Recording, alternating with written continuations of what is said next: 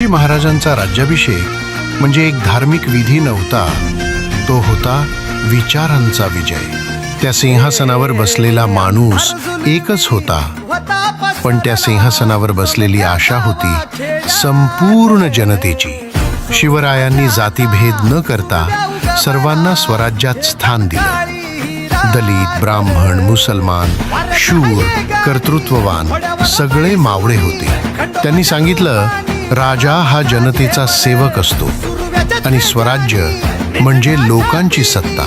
म्हणूनच शिवाजी महाराज फक्त एक ऐतिहासिक पात्र नाहीत, ते एक विचार आहेत, एक प्रेरणा आहेत जी आजही आपल्या रक्तात वाहते। जर तुम्ही खरंच शिवरायांवर प्रेम करता तर आज त्यांच्या विचारांनाही फॉलो करा आणि ही रील शेअर करून लोकांना आठवण करून द्या, शिवराय आजही जिवंत आहेत आपल्या विचारांमध्ये।